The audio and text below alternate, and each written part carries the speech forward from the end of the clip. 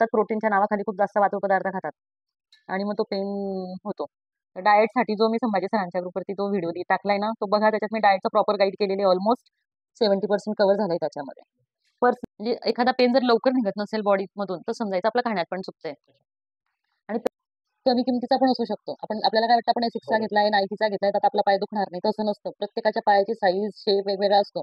त्याच्या shoes check कर आणि दोघं पाय अर्धा तास मिठाच्या गरम पाण्यात सकाळ संध्याकाळ ठेवायचे. म्हणजे तिथे जे जमा झालेलं असते फ्लुइड ते फ्लो होऊन जाईल. ठीक आहे, ते कर. मी पॉइंट दाखवून ठेवते, ते प्रेस करायचे.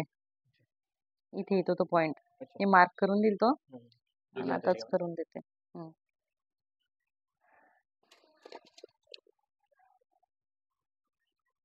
ते काही ते हा, इथे आता मी असा पेन असतो ना 2 रुपयावाला, त्याच्याने इथे अशा बॅक साईडने तो छोटा असतो 2 रुपयाला, त्याच्याने इथे प्रेस करत जायचं दिवसभर. पाणी भरपूर प्यायचं. हा टाचेसाठी सर, दाखवून द्या क्लोज घेऊन. टाचेसाठी दोघं हिल पेनसाठी आहे.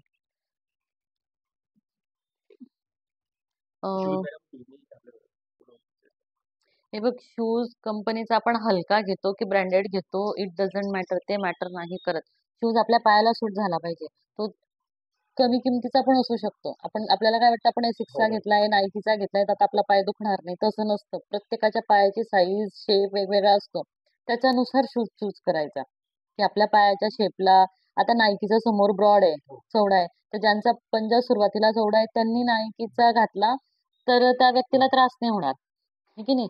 ज्यांचा पायाचा पुढचा शेप नॅरो आहे, कमी, आणि त्याने नाईकीचा घातला तर त्याचा पंजा जास्त पसरतो पुढे आणि मग तो बोथ साईड तिथे पेन होतो. म्हणजे असे आपल्या पायाला जो सूट होईल तसा शूज घ्यायचा. ठीक आहे.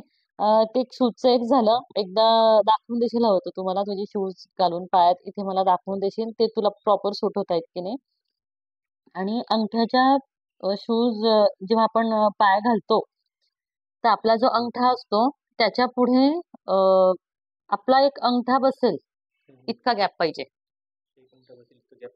गॅप पाहिजे त्याच्यापेक्षा किंचितसा कमी, जास्त नको, किंचितसा कमी. आपला अंगठा बरोबर असा समोर बसेल इतका गॅप पाहिजे. म्हणजे तो शूज कुठूनच आपल्या पायाला हार्म करत नाही.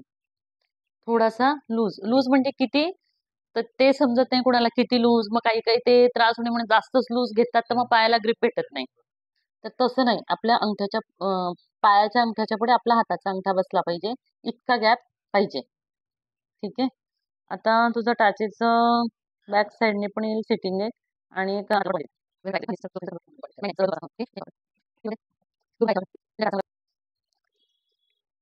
आणि खाण्यातून जर आपल्या बॉडीमध्ये खूप जास्त दिवस पेन असेल, टाचेत असो किंवा पर्टिक्युलर एरियात कोणाच्या ग्लूट्स मध्ये ते शीन पेन म्हणतात तुम्ही, म्हणजे एखादा पेन जर लवकर निघत नसेल बॉडी मधून तर समजायचं आपलं खाण्यात पण चुकतंय. आणि पेन मोस्ट प्रोबॅबली शिफ्ट होतो. कधी तिथे दुखतं, कधी ह्या टाचेत, कधी त्या टाचेत, कधी गुडघ्यात, कधी तर समजायचं खाण्यात चुकतंय. तुम्ही काय करतात, प्रोटीनच्या नावाखाली खूप जास्त वातुळ पदार्थ खातात आणि मग तो पेन होतो. डाएटसाठी जो मी संभाजी सरांच्या ग्रुपवरती तो व्हिडिओ टाकलाय ना, तो बघा. त्याच्यात मी डाएटचं प्रॉपर गाईड केलेले. ऑलमोस्ट 70% कव्हर झालंय त्याच्यामध्ये. पर्स श्वास घे, रिलॅक्स, हाफ दे, एकच श्वास घे, रिलॅक्स, हाफ,